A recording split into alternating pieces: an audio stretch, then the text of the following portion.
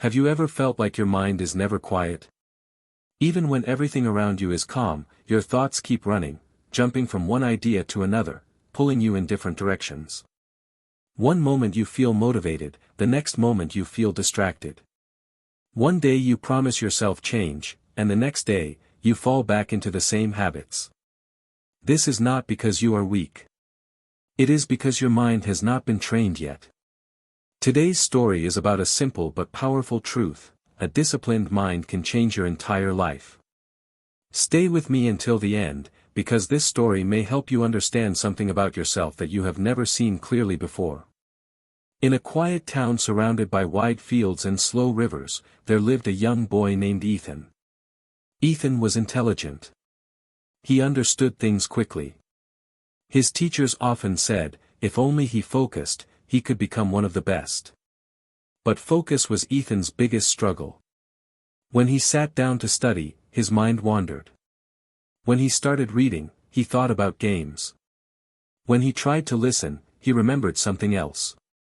His thoughts were like birds flying in every direction, never still, never steady.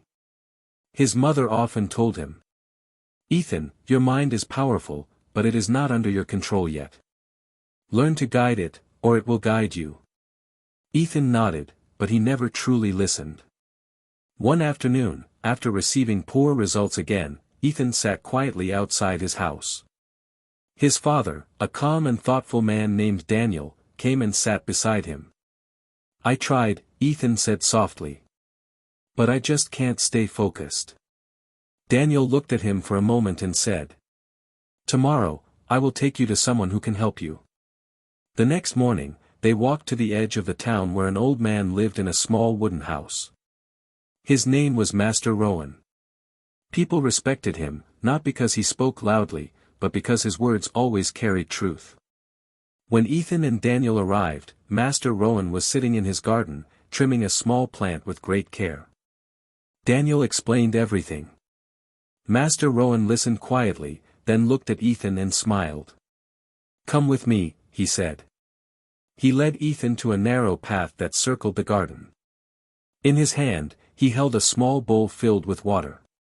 He handed it to Ethan and said, "Walk around the garden twice.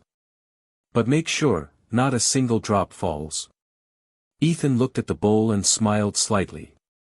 "That's easy," he said. He began walking. At first, he was careful. His eyes stayed fixed on the water. But then, he heard birds singing. He glanced up. A drop fell. He heard laughter from children outside. He turned his head. More water spilled. He noticed colorful flowers nearby. He looked again. By the time he completed the second round, the bowl was almost half empty. Master Rowan looked at him calmly. "What happened?" he asked. Ethan lowered his head. "I got distracted." Master Rowan nodded. "This bowl is your goal," he said. "The water is your focus. And everything around you is the world." He paused, then continued. "If you keep looking everywhere, you will lose what matters most." Ethan stood still. For the first time, he felt something shift inside him. Not guilt. Not shame. But awareness. Master Rowan spoke again. "Your mind is like a river. If it flows everywhere, it loses strength. But if you guide it in one direction, it becomes powerful." Ethan asked quietly, "How do I guide it?" Master Rowan smiled. "Start small." That day, Ethan returned home with a new understanding. But this time, he did not make big promises. He did something different.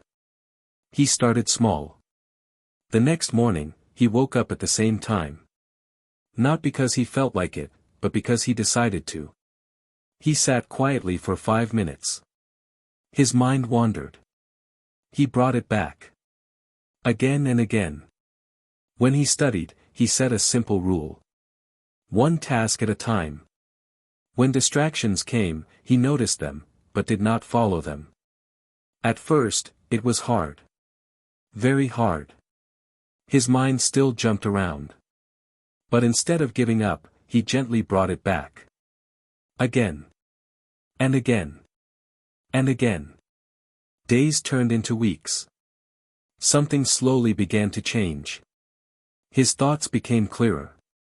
His actions became steadier. He no longer rushed. He no longer scattered his energy everywhere. One evening, while studying, he realized something surprising. He had been focused for an entire hour, without even noticing. He smiled.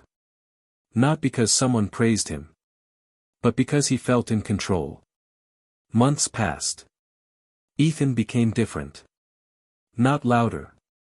Not more confident on the outside. But stronger on the inside. Then one day, a regional competition was announced. Students from different towns would compete in solving complex problems under pressure. Ethan decided to participate. On the day of the competition, the room was full of nervous energy. Students whispered. Some panicked. Some rushed through questions. Ethan sat quietly. He remembered the bowl. He remembered the water.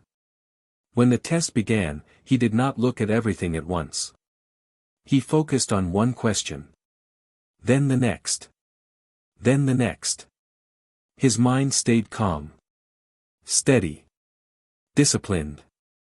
When results were announced, Ethan stood in silence as his name was called first. He had won. People clapped. Teachers praised him. His father smiled with pride. But Master Rowan, standing at a distance, only nodded quietly. Because he knew.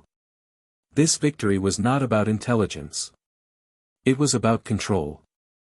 Ethan walked up to him later and said, "Thank you."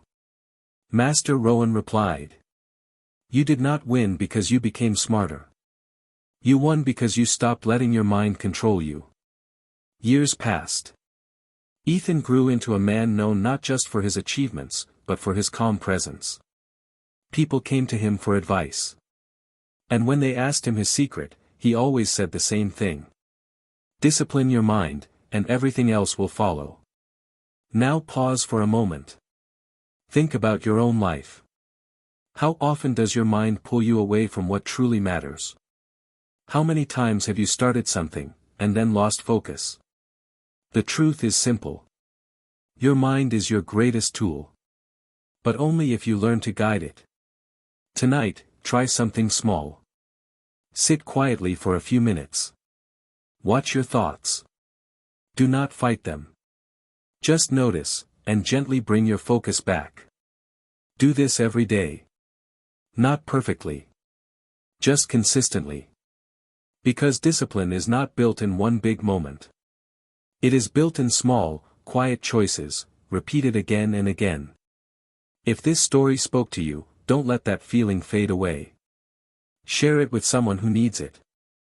And subscribe for more stories that help you grow stronger, calmer, and more focused every day. Your journey begins the moment you decide to take control of your mind. Start today.